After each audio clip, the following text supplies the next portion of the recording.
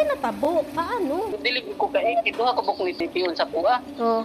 Okay ta to gisa magigilog jud ko ato. Kuhang ni kwan sa kuha tapos ang driver gitiunan siya atong nasa front seat. Samad sa iyang baba ang naangkon ni Elmer, usa ka kolektor og pautang, residente sa barangay Canary Site, Pulumulok South, Cotabato. Dihang biktima kini sa modo sa mga tulisan milabay nga adlaw pasado alas 8:30 sa gabi. Matud ni Elmer, gikan kini sa palengke og nangolekta sa nakautang kanila nga negosyo sa iyang kapuyo. Dihang pauli na kini pag-abot sa Dahlia Street sa nasangpit nga munisipyo, tulo ka individual ang ilang nakasakay ug dituan na nahitabo ang insidente. Kuan gachat mi sa akong partner. Pauli na ko nagi-cash in na naka-cash in ako ba. Tapos pagsakay na og tricycle diri na sa Dahlia. Naini sakay tatlo. Nya wala ko kabantay ba nga kuan abi na kog duhara. Abot na namo diri sa may tulay dapit o dito na sila ni kuan declare. Ma-hold up. Ulay mo piai kana ba.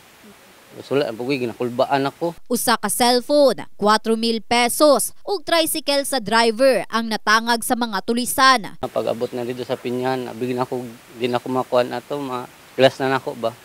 Kay abi gi kuan pud diri Dito ako nga nihangyo ko siya nga paon lang nako ang SIM. Bus ang SIM lang ako bus importante kay na. Dito ko niya gihapak. Mo ni ang gisi diri sa akong kuan. Wala na minakon. Wala nakuha po ito yata nan. Mo ito siya daghan og bunog kay nipugong gito siya eh. Ako kay gusto ko na ako makita ang bata. Nyangyo lang ko siya. Nagibiyaan mi dito sa Pinyahan. Gikakurat ang maong insidente sa mga higala ni Elmer. Dihang nakita nila kining napuno og kahadlok ang hulagway nga miuli. Rason sa pagpost sa kapuyo sab ni Elmer sa iyang social media sa nadangatan ni ini. Basa iyang short nga nakaihi siya. Tapos anay ko nga naunsa ka.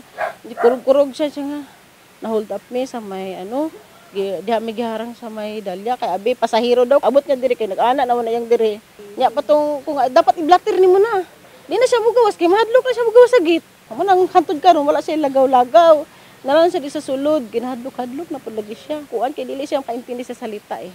Ano siya nga, dili daw nila maintindihan ang salita. Sa kahadlok og kabalaka, wala na makatug-an pa sa otoridad si Elmer. Tungod ni ini, nagpahimangno ang kapulisan sa publiko sa pakig-alayon kanila o galing makasinati sa susamang insidente. Sabi sa inyo sa Palkan, tapos sabi naman sa Facebook sa Dahlia. Pero actually, wala nang blatter dito sa bawat na report na ganyan. Na sa Facebook lang natin yan nakita, iniimbestigahan pa rin natin. Actually, na ngayon nandun yung mga pulis ko, investigador natin, dineploy natin doon para malaman natin kung totoo nga may nangyari ng hold up. So kung meron man talagang mabiktima ng mga hold up na ganyan, meron man talagang mga biktima, so pwede naman sila mag-report. Meron tayong mga pulis sa streets, no, naka-deploy dyan ang mga pulis natin. Every kanto dyan may pulis tayo. 4 na patrol car yung naka-deploy dyan. Maliban dyan, pwede sila pumunta dito sa police station para magpa-blatter. Para maksunan natin agad, may-investigahan natin at malaman natin. In the heart of changing lives, kini si Russell Jean Mantile. Sa Brigada News Jensen, Brigada News.